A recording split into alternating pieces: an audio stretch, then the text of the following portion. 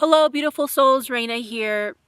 So today I wanted to talk all about the spiritual awakening journey, the kind of signs and stages and shifts that you might undergo when you are experiencing a spiritual awakening, and what that really entails and what it really means to have a spiritual awakening. But specifically, this video is going to be focused on the signs and the stages and the shifts, and really all about what a true spiritual awakening really looks like. So if you haven't already had your spiritual awakening, it's essentially a very profound experience, really, that you can have as an individual, as a human being. It's an incredibly introspective and profound shift in consciousness that can sometimes, if you are at that level of consciousness and awareness, can be something that happens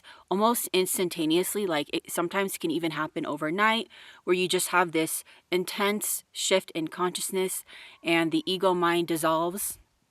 So it can look that way, although I would say for most people it is a kind of gradual shift in consciousness. So you might kind of have a glimpse or a taste of what that might be like for a little while, for a few years. It's like essentially this gradual unfolding, and then all of a sudden, maybe a few years down the line. I'm not saying it always will take a few years, because again, this kind of timeline really is different for everyone, but this is just an example.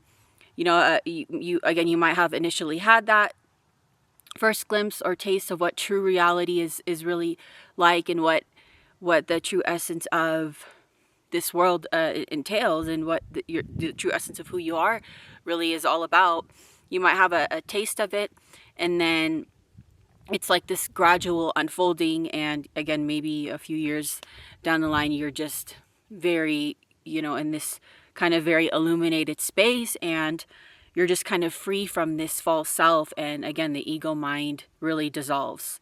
So that can be, the path for many people. Again, it can also be just this very instantaneous shift. I will say, I feel as though, judging from the experiences that I've had, getting to know certain individuals who have had the kind of shift that has been, almost like overnight in a way. Usually for people like those, it's oftentimes because they've had such a heavy pain body that they essentially have no choice but to awaken, really.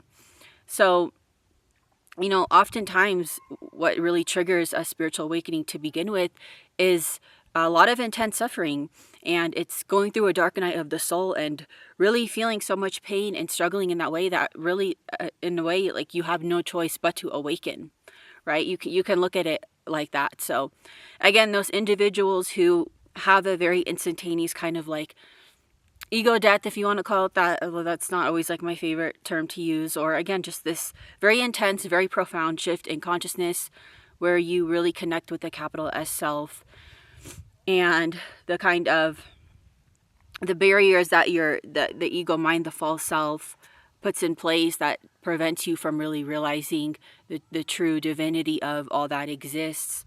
That really starts to die down. So again, that can be the case for some people as well. It's it can be, again, very much instantaneous, or one that is quite gradual. So really, through experiencing a spiritual awakening, you realize the true essence of who you really are, what you really are, which is pure awareness, and you really move beyond the story of me, right? The old kind of paradigms of me and my story and my problems and this and this and that, and you kind of really rest in and abide in that space of pure awareness and pure oneness, and really that ultimate connection that, if you think of aligning your chakras, right, it's like it could kind of be seen as like the final stage of connecting with the crown chakra and balancing these higher energy centers. It's like this gradual unfolding, right?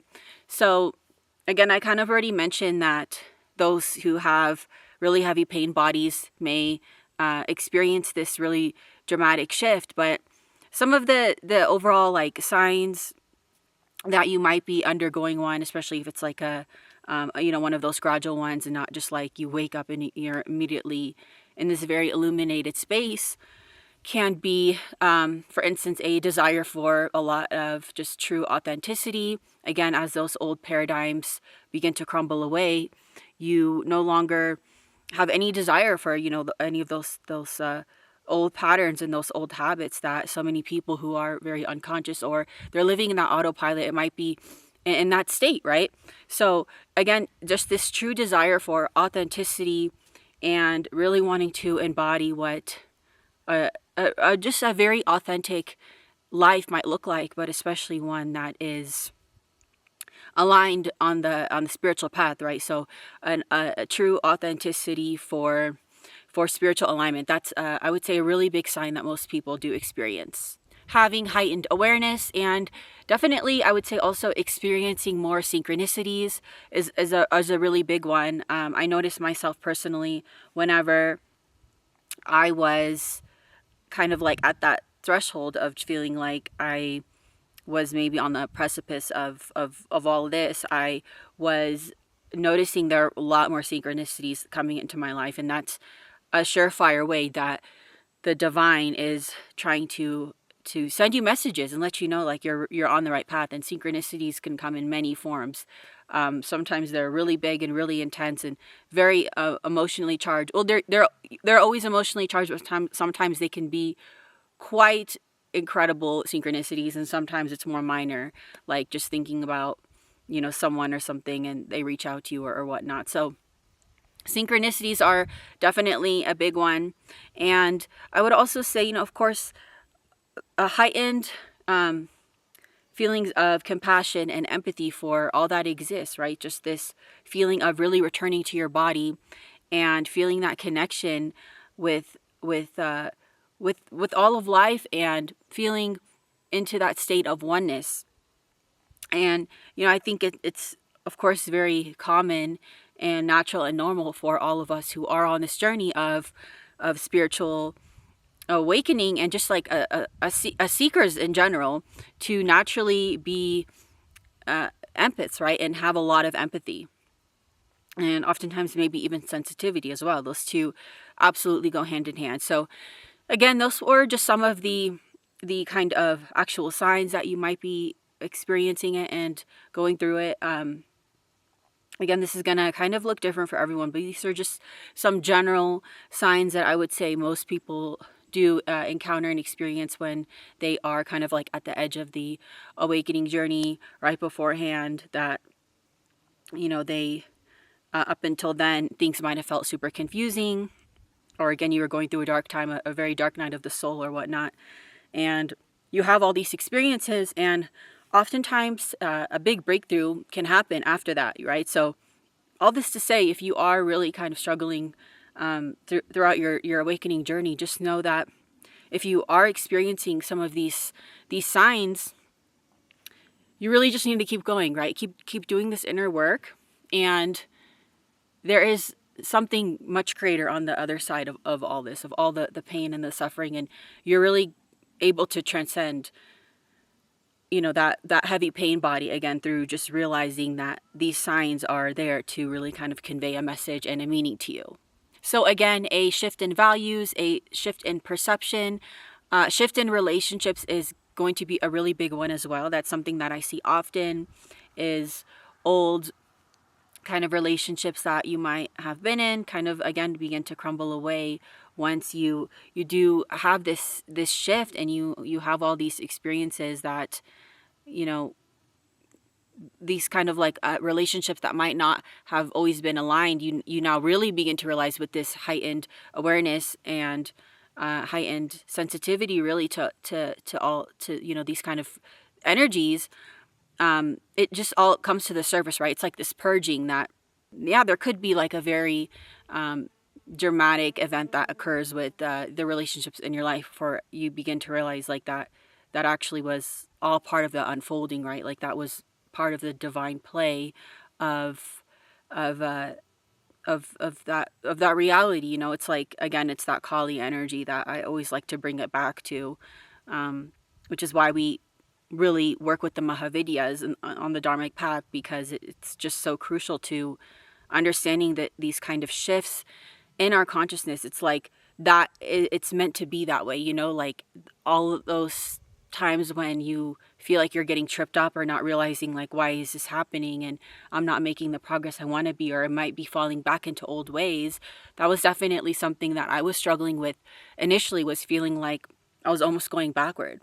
But I'm telling you guys, you can never actually truly go backward. It's almost like that's what your mind tries to convince you of. Like your ego tries to convince you that you aren't making progress or you're going backward. But as long as you have commitment and devotion to this path, and again, you just continue to do your sadhana, your inner work, you can never be led astray. Okay, if there's anything that I can leave you all with, it's that as long as you are committed and devoted to this inner work, and already right there, you are helping to raise the overall consciousness and vibration of humanity. Like, do you realize that by allowing the divine to operate through you, being willing to have this awakening and this shift in consciousness and this inner spaciousness, like you all already are incredibly illuminated, kind of like aspect and embodiment of the supreme, right? Like if that makes sense. I'm sure you guys know what I mean, but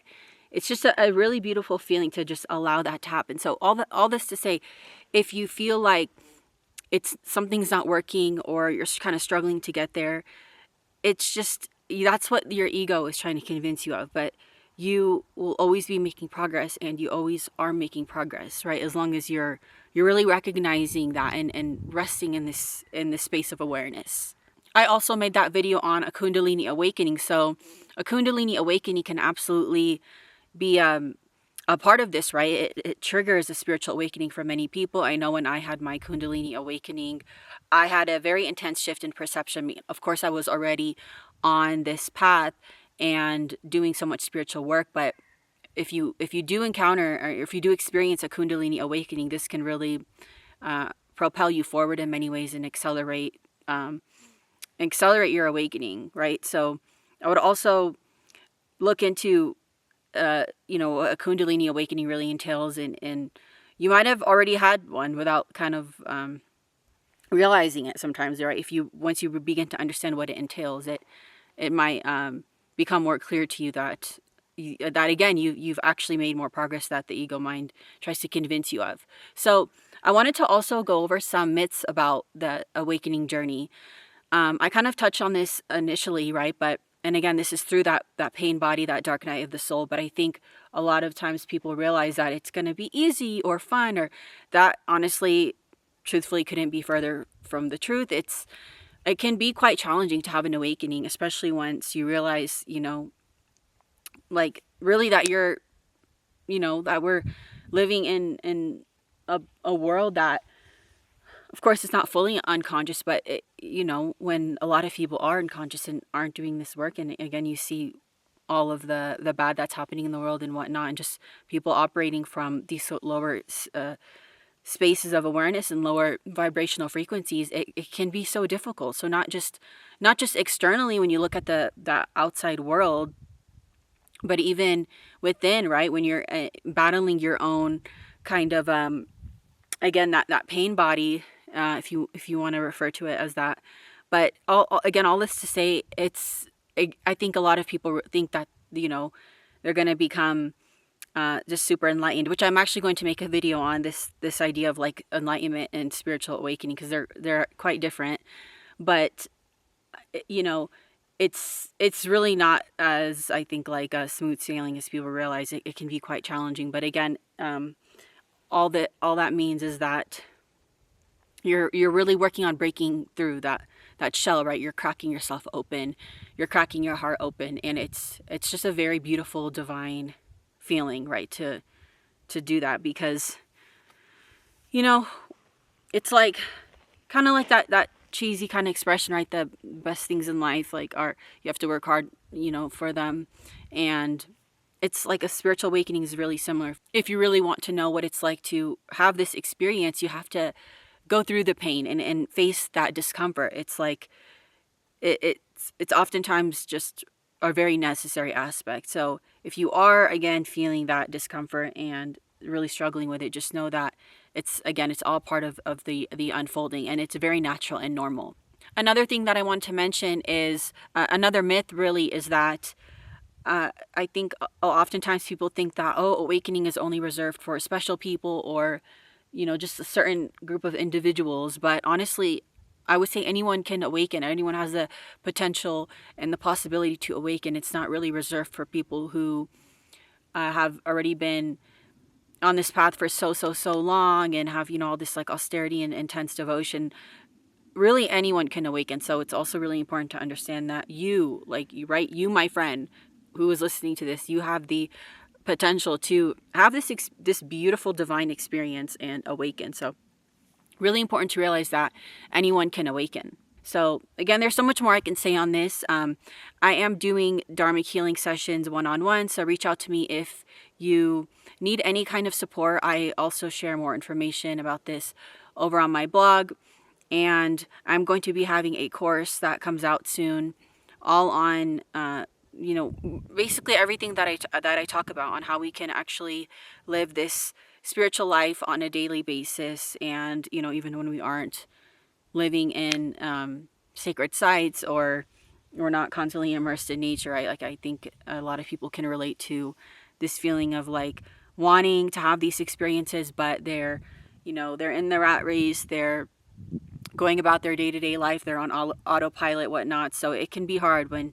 you're like that. But I'm telling you, it's also very much possible to live a fully embodied life without feeling like you have to move to the east and just like be in a state of stillness and like be a Ramana Maharshi or whatnot. So that was all I had for you all today. I hope you all have a beautiful day, and we will talk soon. Bye.